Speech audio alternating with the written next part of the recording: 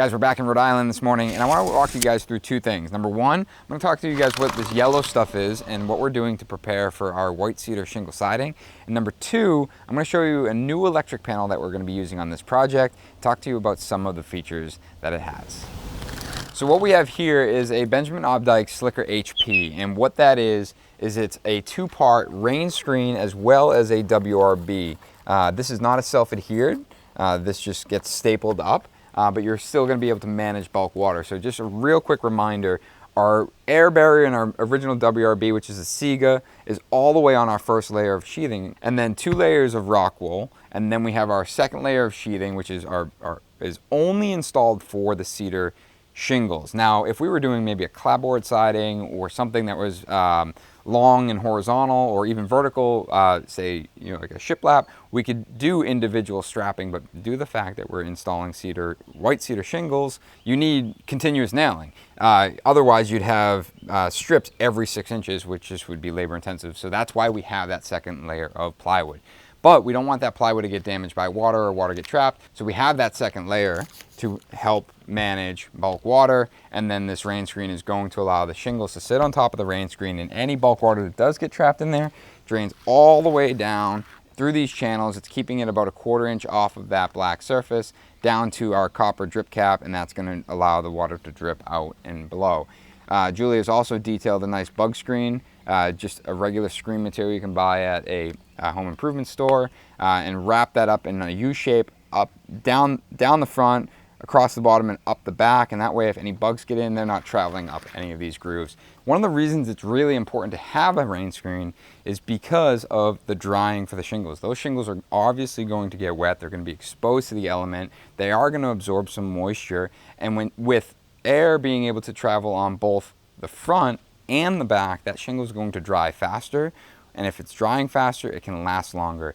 If you can imagine if there was a piece of wood tied up against this wall, say cedar, and it was wet, and that backside was always wet, it's going to deteriorate that shingle much faster. And these are actually stained, and it's going to ruin the finish faster. So we're not only extending the life of it, but we're also extending the life of the finish on the siding.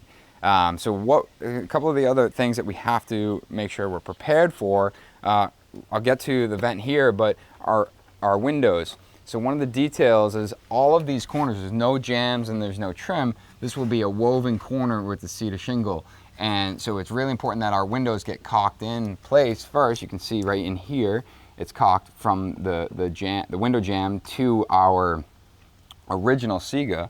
And then when this gets shingled, it dies into the face of that. It's going to give it a really clean, modern look. We actually have a color match caulking for the bottom, which is why that's not caulked just yet. Now, I said I'd get to this, but why don't we walk over on this side. Everything that comes out of the home, so i.e. that vent over there, if we swing around, you can actually see an aqua hose outlet, and then we have an outlet here. We have a light up there. All of these things are being considered ahead of time before the siding comes, because we want all of those to fit within the coursing of our shingles. So what you see over here is actually a story pole. And what that story pole is telling us is where are all these courses going to be. Course 3, 4, 5, 6, 7, etc., etc. We have an electric meter panel that has to be installed on the outside of the building. And what we want to do is we want to put a big block here for that panel to sit on, but we don't want that block to be the size of the panel. We want that block to be the size of X amount of courses, and then that panel to sit on top of it.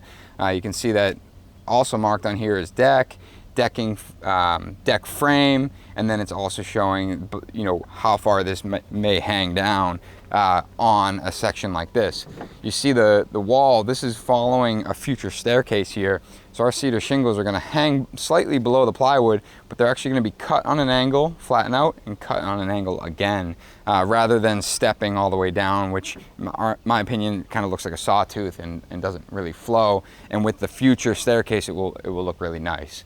So when I'm talking about coursing and using a story pole, this is exactly what I'm talking about. We want this bottom course to land right at the bottom of our vent, and then this next course to land right at the top of this vent. Now, someone on YouTube actually said, you know, that's pointless, just put it where it needs to go and cut the siding, but these are the details that really make a difference. When you're stepping back, it looks intentional, everything looks as though it was thought out, and yes, maybe it took an extra 10 minutes to figure out where this went rather than just popping it out the wall, but I think it's pretty hard to argue that that is obviously a much better look. We have to finish the slicker up at the roof. We have our roof going on actually at the end of this week. We'll have all our step flashing installed. That'll all be prepared. We want to have this house 100% ready for the cider so he can come in and blast through the shingles as quickly as possible. Similar detail here where this slicker returns back. This door still needs to be caulked, so we'll cut our shims back slightly. We'll caulk that, get this stapled and installed, and then our shingles will die into this jamb really nice. So if you guys remember the rendering actually showed a natural white cedar shingle changed later on to a stained gray, which is actually very similar to our door jambs. So you'll have this and then a contrasting cedar soffit that will have that more rich amber tone. But just to kind of walk you guys through that detail, so we'll have a shingle like this, and obviously you'll be a woven corner, but as it dies into the door jamb, you're going to get this detail here. So you'll see everything will die right into the door jamb. You'll have a nice reveal. Obviously this will be built up with multiple layers. But now we don't have any trim, really seamless look. We have a new electric panel that we're going to be using on this project. It's made by Span. So it's a Span electric panel, and the reason that we're using it is really due to the smart capability of it. I'm going to pull this off. The power is off. But the electricians usually put this over to protect it so no one's in this, but like I said, there is no power to it. Right now, it just looks like a box with a bunch of wires in it because that's exactly what it is. But they do have a 100 and 200 amp configuration. It's a smart panel. It's actually much nicer looking when it's all said and done. If you guys want to learn more about it, head over to span.io. But the reason that we're doing this is you can control, this can be controlled.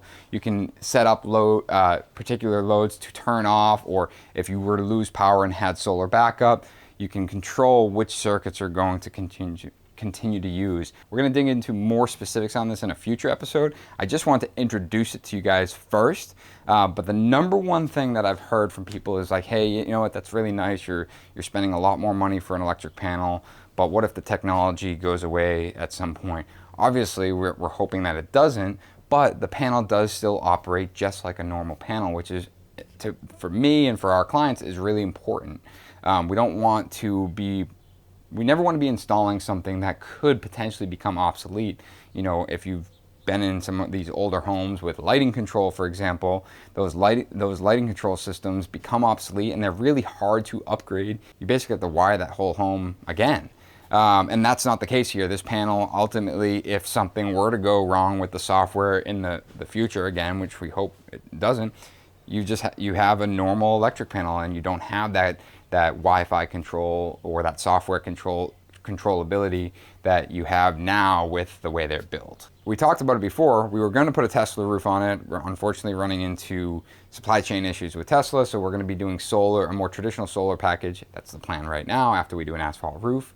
But we are going to have solar on this home, so we're going to be storing solar power. So if this home were to lose power, we can then decide which circuits get power and which don't, and you can control all that through the app.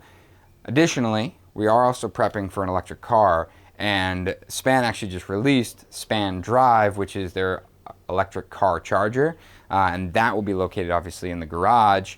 And we'll get to that again in a future episode. We're going to walk you through all of the electrical in the entire home, including walking through what this panel is and the 2 additional sub panels and why we installed 2 additional sub panels in a future episode. Before we go, guys, just please note, we did fix that recessed light. Electricians, South Shore Electric, I got to give them a shout out. They've been absolutely phenomenal. They've done an incredible job on this. And they got a lot of flack on social media about this recessed light that got flipped around. Well, they were back to install that panel.